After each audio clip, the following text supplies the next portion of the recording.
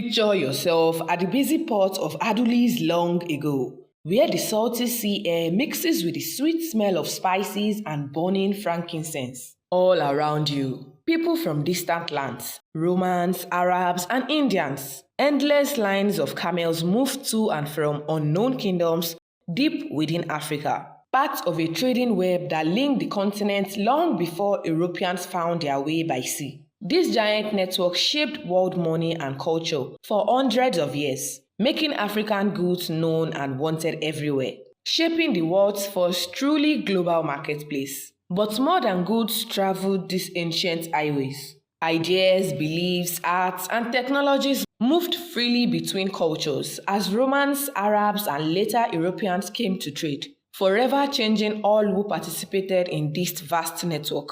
Follow us as we discuss some key kingdoms of this trade. Have you ever imagined that Africa was once home to trade empires that shaped global commerce? This forgotten history, just 3 miles off Tanzania's coast. The Kilwa Sultanate grew into one of East Africa's most powerful kingdoms, where traders swapped glass and silk for ivory, gold, and unfortunately, enslaved people. The conniving rulers of Kilwa slowly took control of critical trade routes from the gold mines of Zimbabwe to the busy waters of the Red Sea, building wealth and power with each new connection. When Kilwa seized control of Sofala, a vital port, their fortunes soared to unimaginable heights. Sofala wasn't just a gold depot, it became a marketplace for luxury goods from across the known world: silk, glass beads, and exotic. Kilwa's rulers masterfully combined force and diplomacy to bring Sofala, Mozambique, and other coastal ports under their control.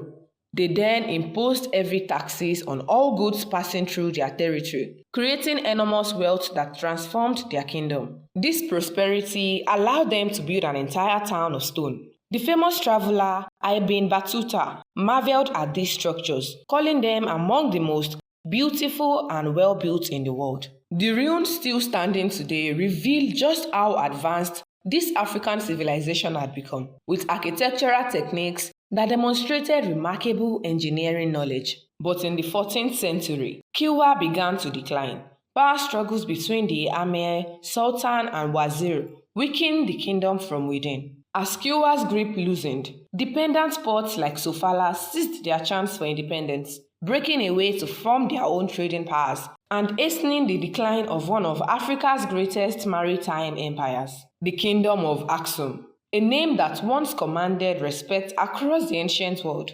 In the 3rd century, the Persian writer Mani ranked the world's greatest kingdoms. First, Babylon and Persia. Second, Rome. Third, the Kingdom of Aksumites. This African empire stood shoulder to shoulder with the most famous powers of antiquity. Located in what is now Ethiopia and Eritrea, Aksum became the vital link in trading networks connecting Africa with Arabia and the wider Indian Ocean world. The kingdom drew strength from the rich Ethiopian islands and their control of critical Red Sea trading routes. These advantages helped them build an empire that would last for centuries. By the 3rd century, Aksum had transformed into a powerful centralized kingdom, controlling vast territories, valuable resources, and the lucrative Red Sea trade routes that connected Africa to the wider world.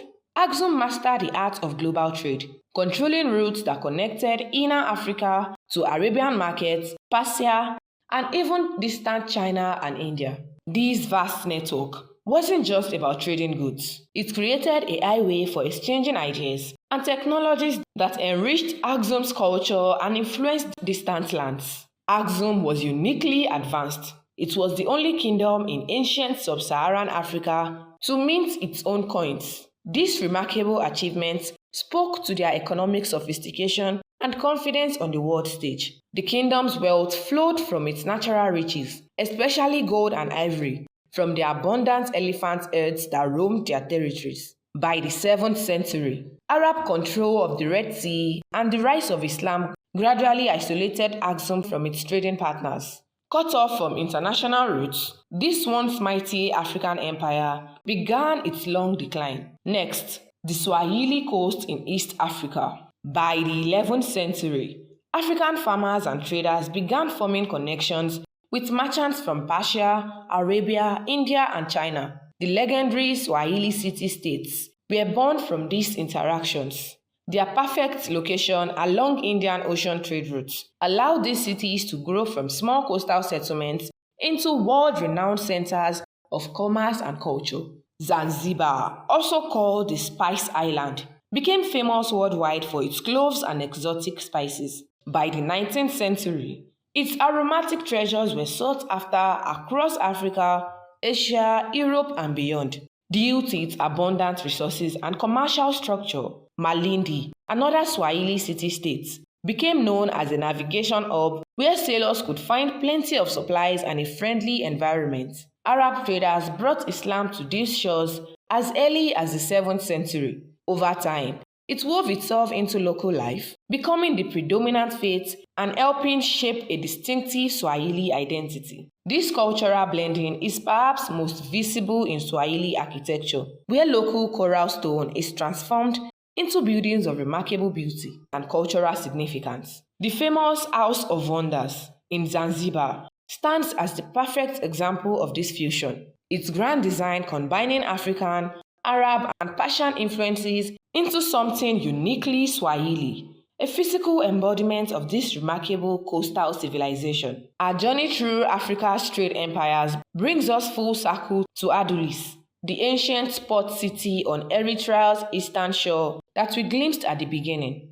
This remarkable harbour served as the vital gateway between the powerful Aksumite kingdom and global civilizations across the Red Sea and beyond. More than just a harbour, Adulis was the key that unlocked Aksum's rise to power. By controlling these strategic ports, the kingdom gained influence over trade throughout the Red Sea region. Like the other trade centers we have explored, Adulis became a melting pot where cultures merged and ideas spread. Traders from Rome, Persia, and India mingled with African merchants in a truly international marketplace. The riches flowing through Adulis transformed the region. Aksumite kings channeled this wealth into ambitious projects, roads that connected distant territories, impressive religious buildings, and powerful military forces. Carefully managed taxes and tariffs on trade-fueled royal treasures expanded and cemented Aksum's power across Northeast Africa and even into Southern Arabia.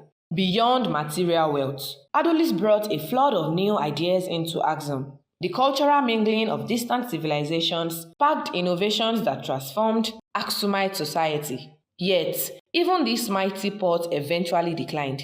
Environmental changes began to reshape the coastline, while Aksum's growing dependence on external trade made it vulnerable. Internal political conflict weakened Aksum from within, while new competing trade centers began attracting merchants who once made Adulis their destination. By the 7th century, the once mighty port struggled to maintain its former glory. As Adulis declined, the entire pattern of regional trade shifted, closing a remarkable chapter in Africa's commercial history. We cannot explore Africa's trade history without acknowledging its darkest aspects, the human cost of commerce. The same sophisticated networks that moved goods across continents also facilitated the movement of enslaved human beings torn from their homes and communities. During the 18th century, French traders from the Mascarene Islands intensified slave trading along the Swahili coast, operating primarily through Kiwa and Zanzibar. This terrible commerce gained new momentum, devastating communities across East Africa. While Africa's commercial genius created magnificent civilizations, the slave trade left wounds that still affect the continent today. Disrupted societies, divided families, and stolen potential. This complex, painful legacy reminds us that history's greatest achievements often cast the darkest shadows.